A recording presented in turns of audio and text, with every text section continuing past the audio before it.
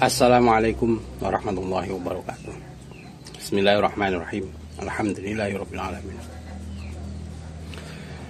Pemirsa, bertemu kembali dengan saya Zainal Abidin. Mengenai Al-Mahdi yang dibaiat di Ka'bah, ya, dan diislah dalam semalam, apakah benar kenyataannya sebagaimana yang disebutkan dalam al-hadis, ataukah itu hanya di antara dari seloka yang dikatakan oleh Kanjeng Rasul Muhammad SAW seperti itu, ya.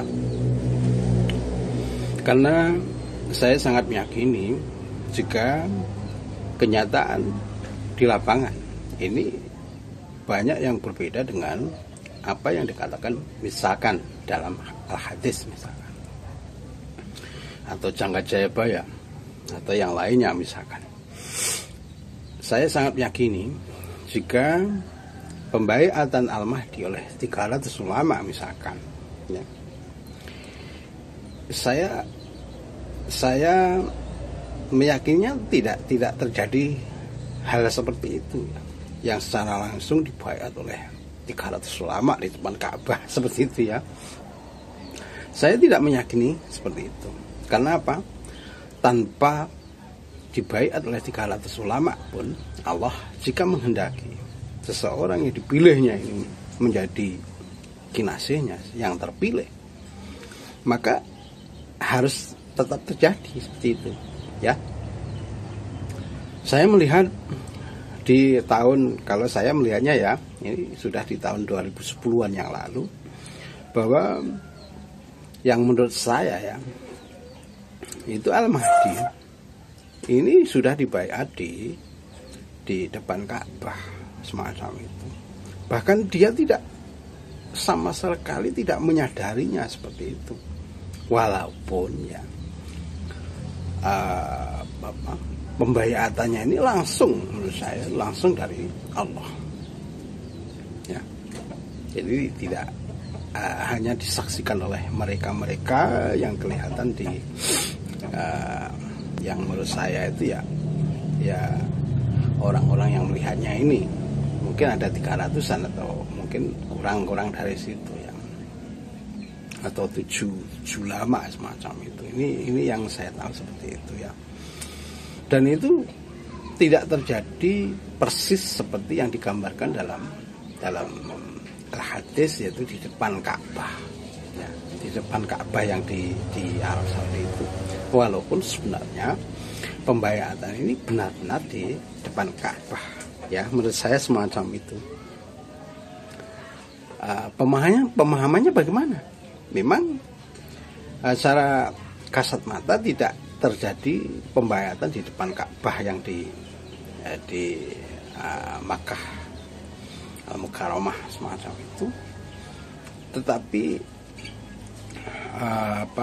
secara gaib saya menyatakan secara gaibnya semacam itu, ya, dibaiat di depan Ka'bah macam itu. Oleh karena itu ini yang saya katakan bahwa setiap kejadian tidak harus sama persis sebagaimana yang dikatakan dalam hadis misalkan semacam itu. Sebab apa? Sering saya katakan jika bahwa dalam Al-Quran sudah dikatakan bahwa dalam kitab Injil dan Taurat itu mengatakan akan datangnya seorang utusan terakhir namanya Ahmad, ya. Tetapi manakala yang muncul namanya Muhammad, ya, maka jika sampean ngotot harus persis seperti apa yang dikatakan dalam kata-kata kitab Injil dan Taurat itu, tentu sampean tidak akan mempercayainya semacam itu, toh. Karena apa? Nama yang muncul itu yang diutusnya di tanah Ajam, yaitu di Jazirah Arab, munculnya namanya Muhammad, bukan Ahmad, ya. Walaupun saya tahu yang sebenarnya bahwa yang namanya Muhammad itu sebenarnya ya yang bernama Ahmad yang disebut dalam kitab Injil dan Taurat itu ya. Macam itu. Ini saya bandingkan dengan sekarang ini. Begitu juga kejadian Al-Mahdi saat ini ya. Namanya memang kalau yang disebut dalam Al-Hadis itu namanya Muhammad ibnu Abdillah macam itu. Maka yang jadi Muhammad Al-Mahdi saat ini, atau yang jadi Satrop ini, atau yang jadi Ratu Adil, siapapun itu yang terpilih sang kinasih misalkan, ini ya yang bernama Muhammad ibnu Abdillah itu sendiri ya. Kalau saya mengatakannya bahwa saat ini memang yang jadi Muhammad ibnu Abdillah itu adalah Nur Muhammadnya ya. Saya lebih meyakini seperti itu ya. Oleh karena itu sekali-sekalipun sampai tidak akan bisa mengetahui siapa sebenarnya Al-Mahdi itu tanpa dituntun oleh Allah untuk mengetahui siapa sebenarnya Al-Mahdi itu ya. Sebagaimana Kanjeng Rasul dulu diangkat oleh Allah, hanya yang diberitahukan ciri-cirinya kalau dia akan menjadi seorang rasul terakhir, yaitu Pandita Bukhaira semacam itu ya. Rahibnya umat Bani Israel saat itu, dia sudah melihat jika bahwa Muhammad, dalam diri Muhammad ini akan menjadi seorang yang teristimewa ya. Inilah bahwa sebagai cerita bahwa tidak selalu seperti yang dikatakan, seperti yang ditulis dalam misalkan ya dalam untuk saat ini ya dalam hadis semacam itu. Dan tidak harus selalu ya, harus sama persis semacam itu. Sebab apa? Kadang-kadang kata-kata itu mengandung makna siloka semacam itu. Tidak sama persis seperti apa yang dituliskan atau yang digambarkan dalam pemahamannya ini. Oleh karena itu saya meyakini jika Al-Mahdi benar-benar sudah muncul dan benar-benar dibayat di depan Ka'bah. Cuma yang dibayatnya ini tidak semua yang hadir di Ka'bah ini tahu. Sebab apa? Sebab dibayatnya ini dalam ya bisa dikatakan seperti formalitas macam itu ya. Jadi tidak benar-benar di depan Ka'bah saat ini seperti itu ya. Ini yang saya tahu seperti itu. Bahkan seperti yang dikatakan dalam hadis bahwa Al-Mahdi ini dibayat ini dipaksa ya. Dia tidak benar-benar tahu kalau dia nantinya akan menjadi Al-Mahdi semacam itu. Tidak tahu sama sekali. Kemudian dia juga diesah dalam semalam Allah. Ini pun dia juga tidak menyadarinya jika diesah dalam semalam. Inilah seperti yang digambarkan dalam Al-Hadis semacam itu. Tetapi pembayatannya tidak bersama persis seperti yang digambarkan dalam Al-Hadis itu. Kalau dikatakan di depan Ka'bah yang benar-benar Ka'bah di Makkah Al-Mukarramah ini macam itu.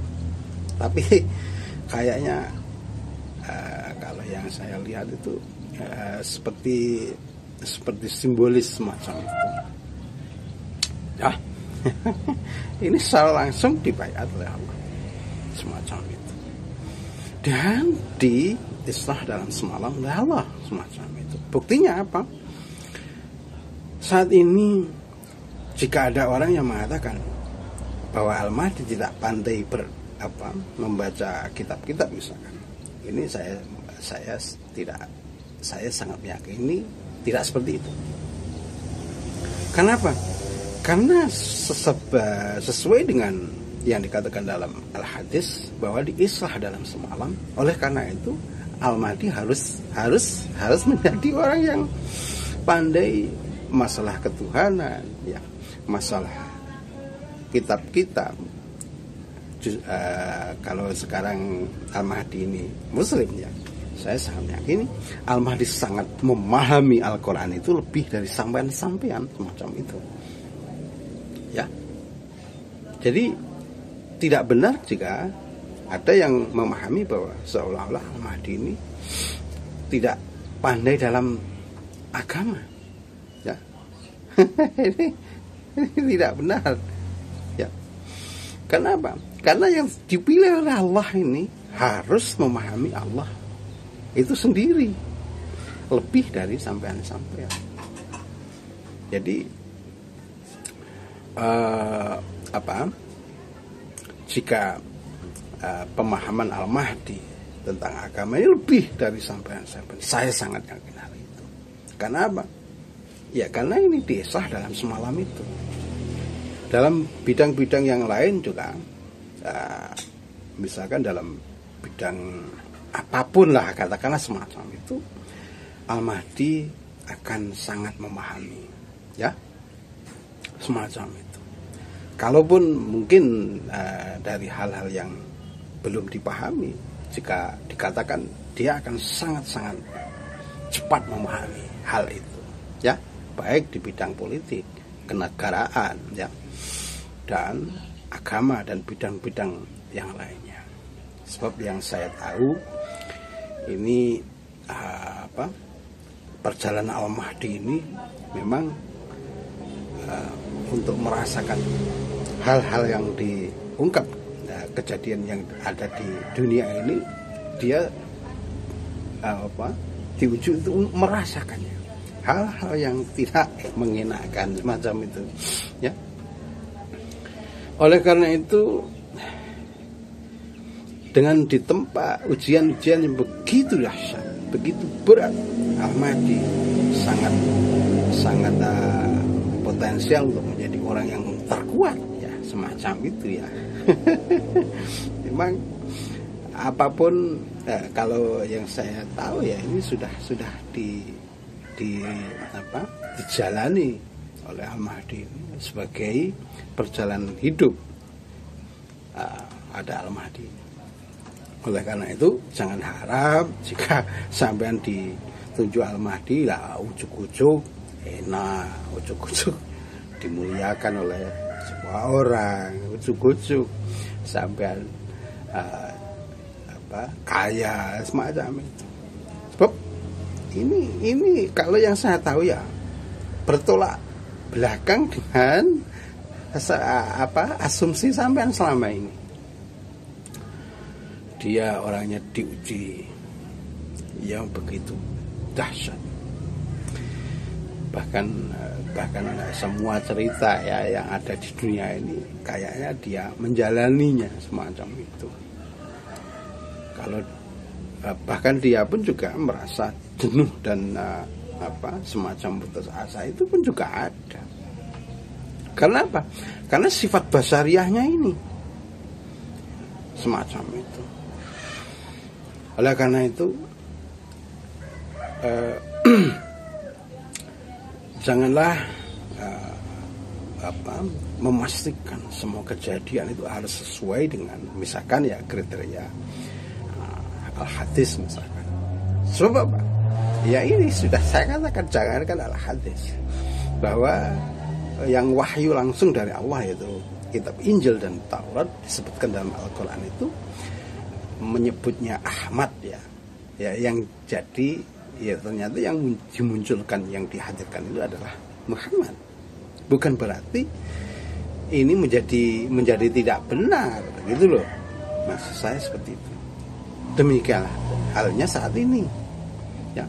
Bisa jadi namanya bukan nama Muhammad ibn Abdillah. Bisa kalau menurut saya itu bisa nama-nama ini nama-nama, ya, orang pribumi itu, ya, karena saya meyakini Al-Mahdi turunnya di tanah Jawa, lebih spesifikasi di tanah Jawa, semacam itu. Dan namanya ya tentu tidak nama-nama ya istilahnya nama Jawa semacam itu ya. Oleh karena itu yakinlah jika saat ini bahwa Al-Mahdi sudah muncul, walaupun sampai tidak mengetahuinya di mana dibaiatnya oleh Allah ya, di depan Ka'bah, walaupun di depan Ka'bah sampai tidak tahu, dan diislah juga dalam semalam Allah semacam itu. Sebab saya meyakini kebenaran yang dikatakan dalam Al-Hadis Pujangga Jayabaya Muhammad, kitab Taurat, kitab Injil, semuanya mengacu pada satu orang, yaitu Al-Mahdi yang disebutnya dalam Islam ya. Saya sangat meyakini hal itu ya. Bahkan yang dikatakan Kalki Awatar, Buddha Maitreya semacam itu pun juga yang disebut dalam Islam adalah Al-Mahdi ya. Demikian, Assalamualaikum warahmatullahi wabarakatuh.